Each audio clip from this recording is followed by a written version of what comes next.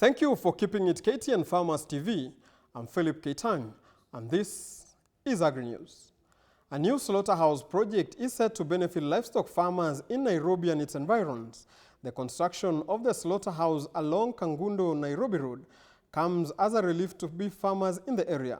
The project that is being spearheaded by Dr. Peter Kuria will open a special market for livestock farmers rearing chicken, cattle, goats, and sheep.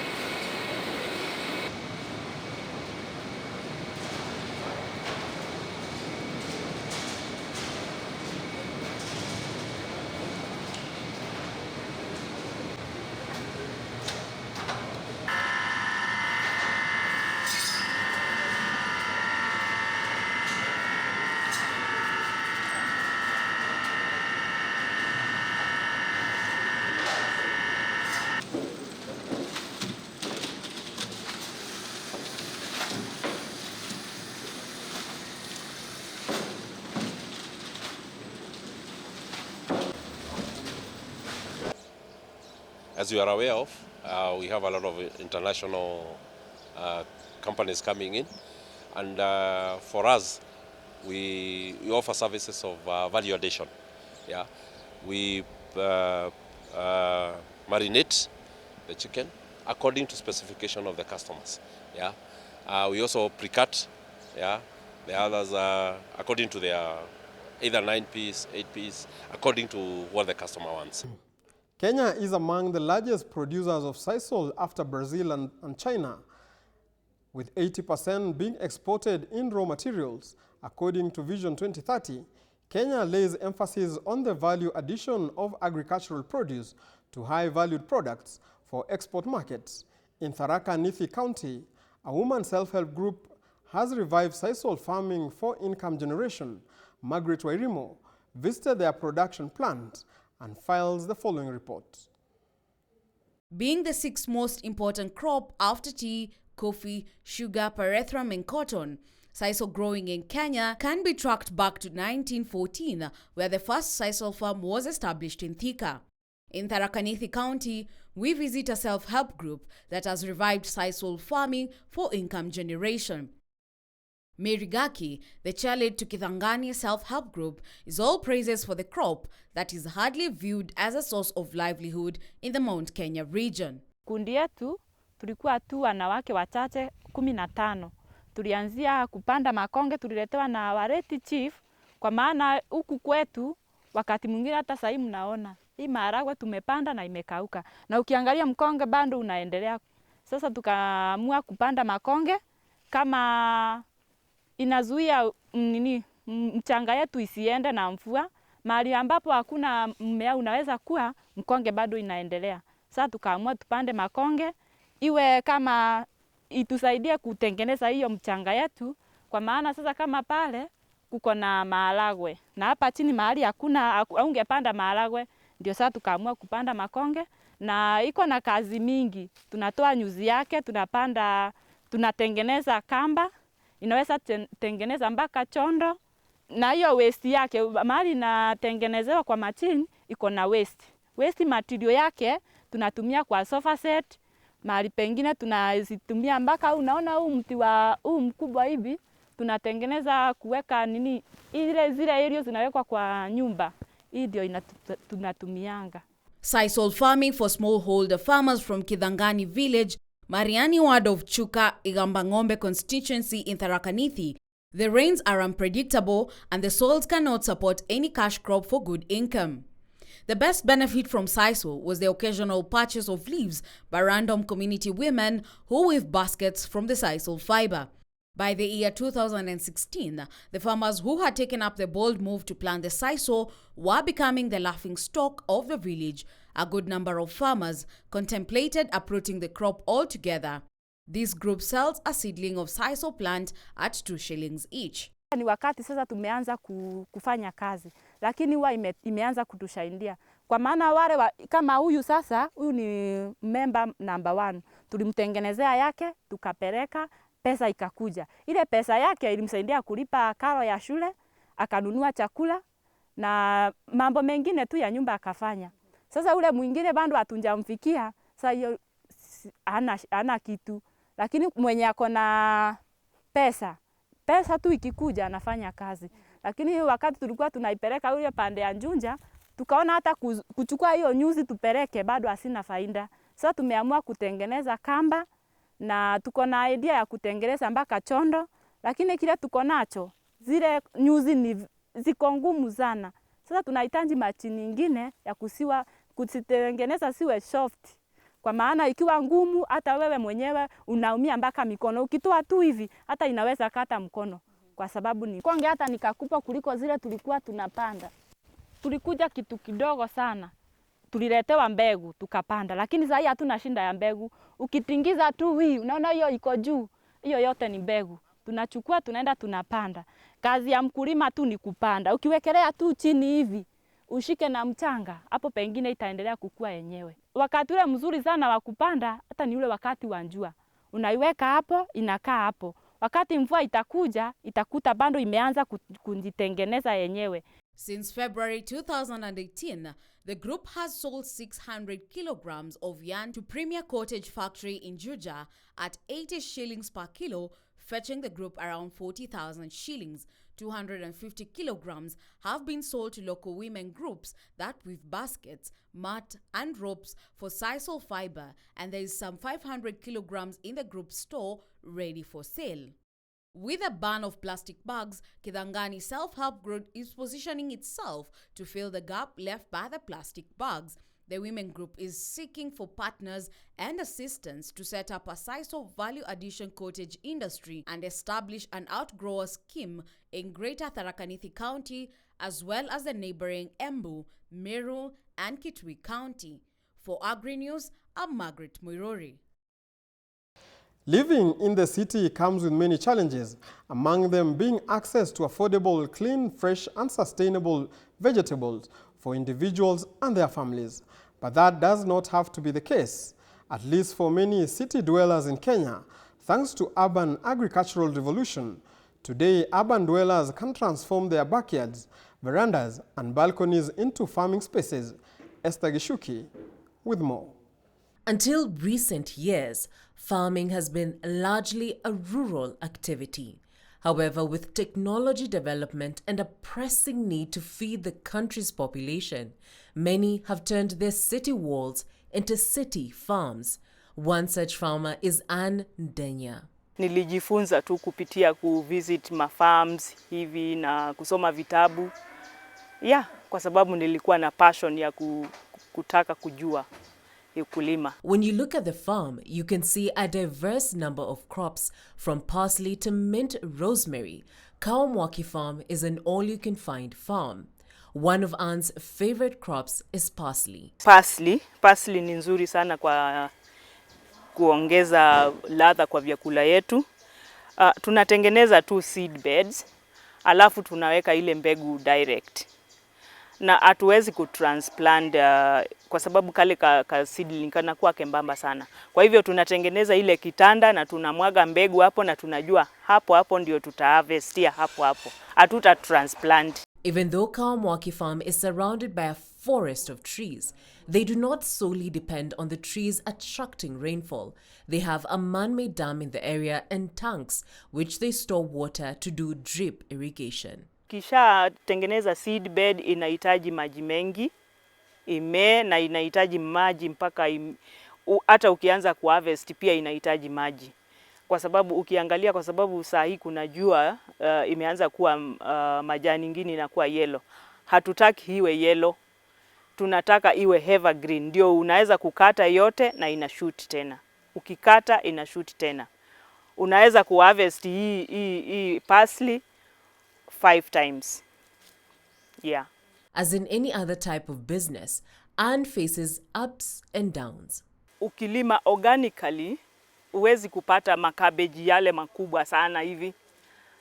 Kwa hivyo kabeji yako itakuwa tu just size tu, medium sizes. Na ukipeleka sokoni, watu wataenda kwa ile kubwa. Hawajui ile yako ya medium ndio iko nzuri. Kwa hivyo challenges yetu saa nyingine ni wale kama watu hawajajua ukulima wetu na hawajajua uzuri wa mboga yetu, they go for the bigger ones. Anne's story reveals that any agribusiness venture with a market intact is a worthy one. One must simply open their eyes to the opportunities around them to discover the potential and plan for their future. Esther Gishuki for KTN Farmers TV. The Kenyan government has estimated post-harvest losses at 20% every season. This is totaling around 150 billion shillings. To cap post-harvest losses, innovators in Laikipia County have been coming up with solutions and innovations to add value to excess produce.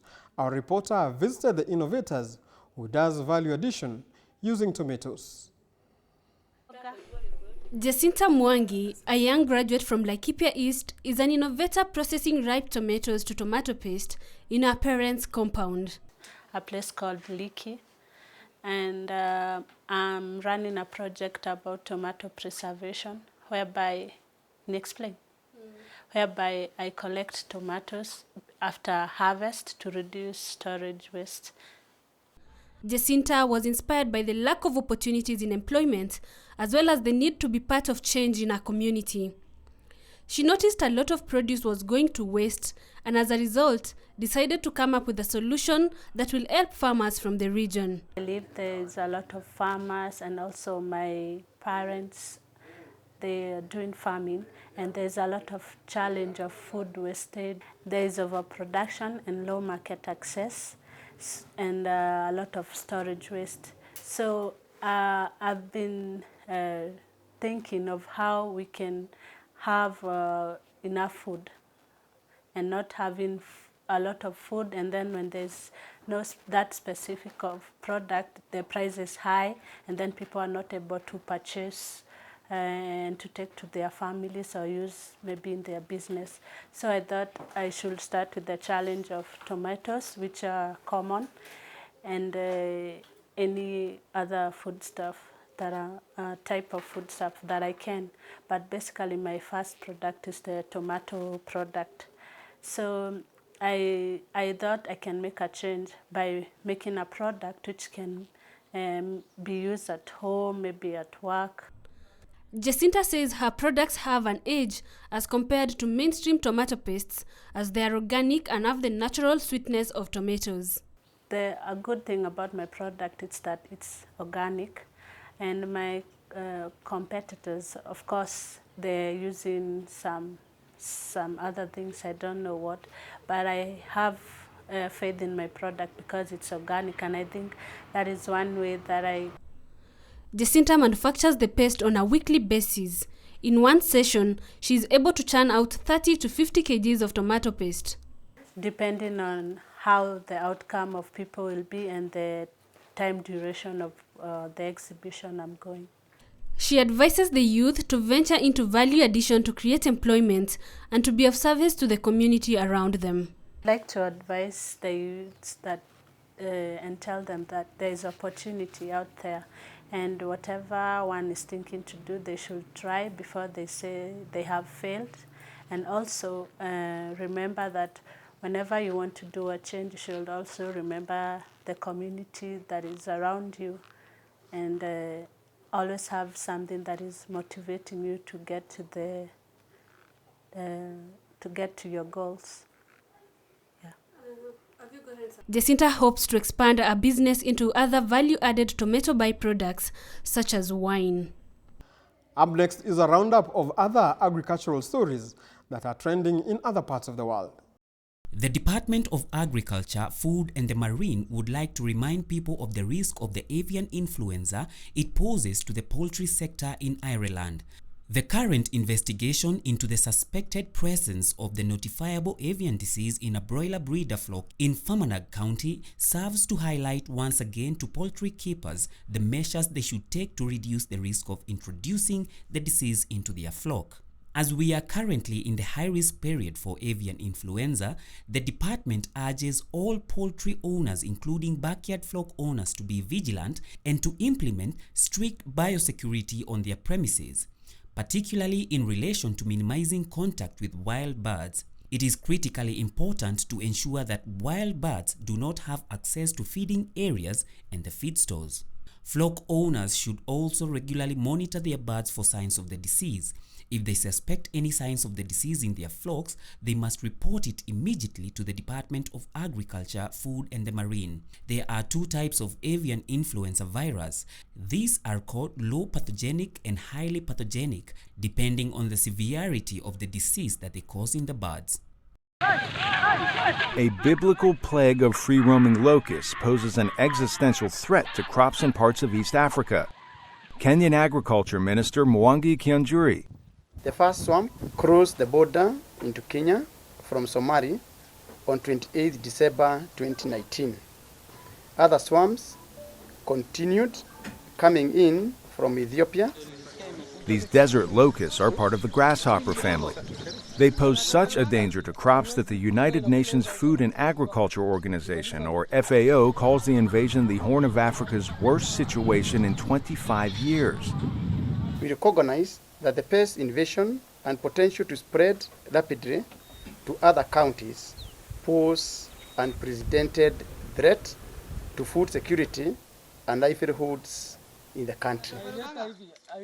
Out of desperation, local authorities tried everything from spraying tear gas to shooting the insect out of the sky. Now, Kianjuri says the government loaded pesticides aboard aircraft to spray swarm areas, but there is still much to do. Fighting this invasion is not without challenges. First, there are transboundary pests that must be fought through a regional strategy. Unfortunately, because of insecurity in some of our neighboring countries, it has been difficult to fight and prevent their migration. The FAO calls the risk low for locust breeding in Kenya. They found some 70,000 hectares of neighboring land infested in December. Swarms can travel 130 kilometers per day, be a kilometer wide, and contain as many as 80 million locusts.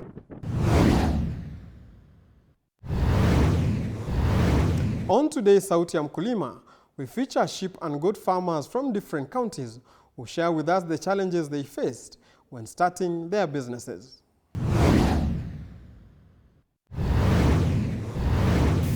Nilipata challenges kwa sababu katika hao mbuzi wawili wa kwanza, baada ya kuzaa mara mbili ikawa kuna ugonjwa ilitokea ya mapafu. Hatukuwa tumeelewa sana mambo ya madawa, lakini tulikuja tukapata madawa na zikaendelea tu hivyo kiangazi pia ikitusumbua. Tunakuja tu tunatibu, lakini tunashukuru kwa sababu zinaendelea pia vizuri, ziko sawa. Challenge nilikuwa nayo nikianza ni magonjwa. Unaona pia nimenunua kutoka from a different place, nimezileta hapa. Unapata inaanza kuwa na ugonjwa, unapata inashikwa na minyoo. And then that time nilikuwa sijajua mambo ya ukulima vizuri. Nilikuwa tu nauliza advice kutoka kwa marafiki, ndio naweza kujua ni dawa gani nitapatia, ama naenda kwa agrovet napata dawa kutoka huko. I think the biggest struggle is capital to start. By Maasai standards, 53 sheep and goats is a small amount or a small number. So I bought around 10 personally. That is spending around 40,000. For a young person to get a capital seed of 40,000 is not easy. Yeah, so money and of course there are other challenges like droughts that discourage people. You can get easily discouraged when there is a lot of drought, and when the weather is erratic, you can get discouraged. You can lose a number of sheep and goats to the drought, so that could discourage you.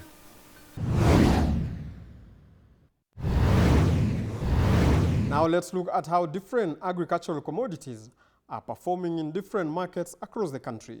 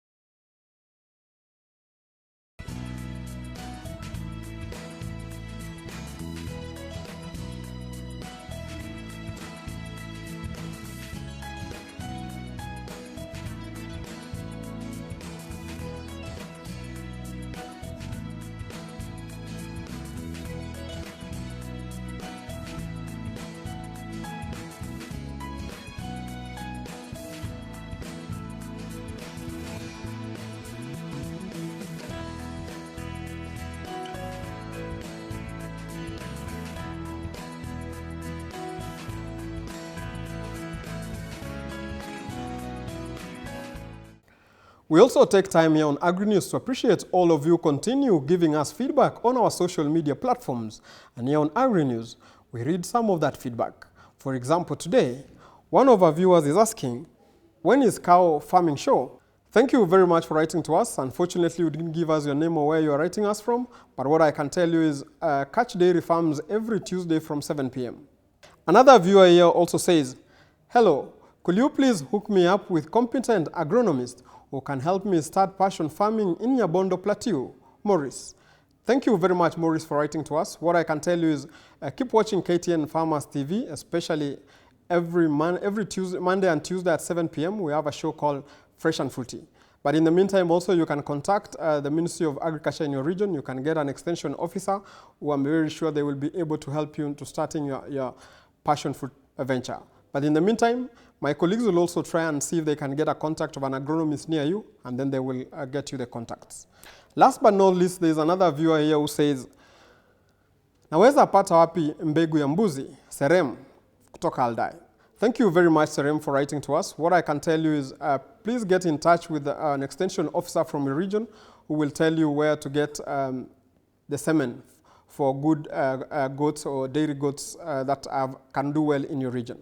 But in the meantime, keep watching KTN Farmers TV. I'm sure you'll be able to learn a lot. That is it from Agri News today. I'm Philip Keitang. I will now leave you with the weather forecast.